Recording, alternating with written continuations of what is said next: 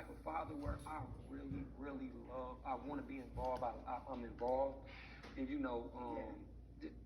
she's a young lady, so it's just a lot of more pressure. Like I used to say it to myself, like the young boy, I'm like, if I had a son, it'd be way different. But my daughter she looked at me and it's the most beautiful thing, right? Yes, I want to give her the world. And I hear that you do. Yeah. That's amazing. Oh, that's my baby girl right there. Everybody say, oh. Is she all good? Oh my goodness. Y'all kind of stop. Okay. So we're going to get off of that for a little bit because we want to go back to like some of the things you did. Not only did you do covers, you also did pranks. Like, y'all are funny. Yes, ma'am. Come on. What was your most favorite prank ever? Ooh, a lot of them. I can't remember the question. That's okay. The question was... No, Frankie.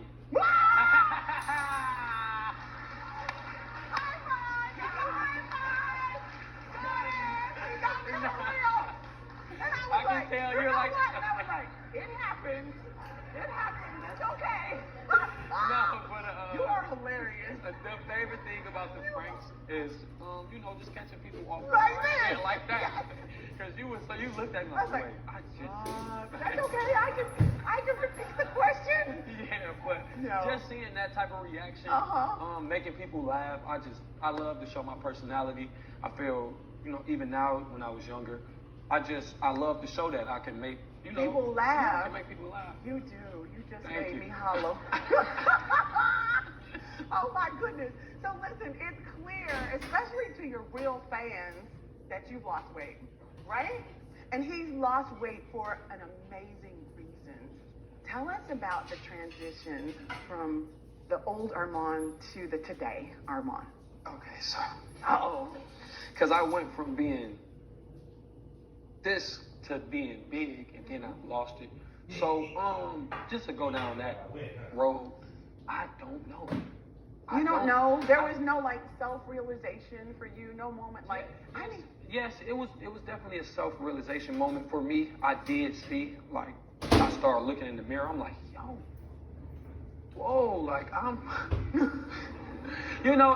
and it's not like that, but it was just, it's just not the weight that I was at my whole life. So, that's when I did start my weight loss company, and I just had to, I was posting pictures, deleting it. Like, I just never been that. You didn't feel comfortable? I didn't feel comfortable. Wow. And I never been that type of person. It was just where I was at mentally, what I was going through, and I just had to change that. Well, you know what? You did exactly that too. Just like them 6-second Vine things. Yes, when he decides to do it, it's on and popping, y'all. It's on and popping. So listen, one of the hardest things to do, and I can't even imagine doing this with your brother, is deciding to go in a separate direction. So you all been doing all of these things. You built such a great career together, and then you decide to go solo. What does that feel like to have this conversation with your brother? It really wasn't a conversation. Really? It was like natural? No, it wasn't that.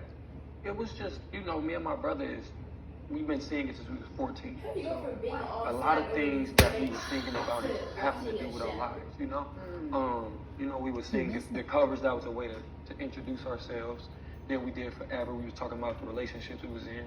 So when it came down to my brother releasing his last single, it was something that was going on in his life. So, and I would be in the studio with him, and I would tell him, I say, you got to talk. Like, you got to talk about it more, because that's something that I can't, I can't really get into that. I can't tell that story. Right. So I feel like life was just, just made it that we're not, we didn't say we're going solo, but, we make music to express our life right now. And I feel like my brother, in that sense, that's what he had to express through his music. And I started expressing myself through the music that I'm making. That's beautiful. And with expressing, come on, y'all, that was like a little separation, understanding. You hear about a lot of groups who decide to part and then they never speak to each other, or we're waiting for singles to come out, and it's not that way with you all. It's so beautiful to see that. Yeah, so you probably calling and texting me now. Probably so, right? Why don't we give him a big shout out right now? Hi, that's Trey. That's Trey. You are so sweet. dropped 2 songs that went number 1. Yes. You've dropped a lot of songs, but they went number 1. 2 solo ones. 2 solo songs. Yes. So this is the move after your brother, and then you surpassed Chris Brown. Come on, y'all. Oh, on the chart. Come on. I gotta clap my hands onto this iPad for that. That's amazing. What was that feel? It's because of fans, right? That's them. Armon, that's everything. Yes. That's everything. And I just want your fans to know, I mean, everybody might not get to like interact with you personally, but I can say the moment that he's walked in, he's had the most humble and most beautiful spirit ever. That means everything. No, and you passed Chris Brown on the Billboard chart. So, hold on. So, when you saw your name on the chart, number 1, what were you doing? Well, tell us what you were doing and how you was feeling, if you can tell us. I don't know if someone knows, but I was actually so caught off guard with the number 1 because I didn't, like the song wasn't supposed to drop that night. You know, like I uploaded it and it was like, God was like, okay. And I woke up and went on Twitter and it was like, yo, you're number 1 over Under the Influence. What? You're number 1. I was like, what? The song is out?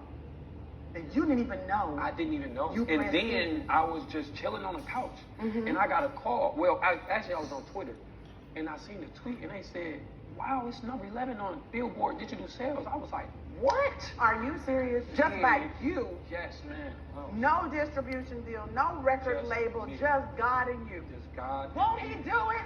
Amen. Now, He come said on. he would. Amen. Oh my goodness, I love that. So Armon, what does your music say about you? Tell us, what does it say about you? I love that question.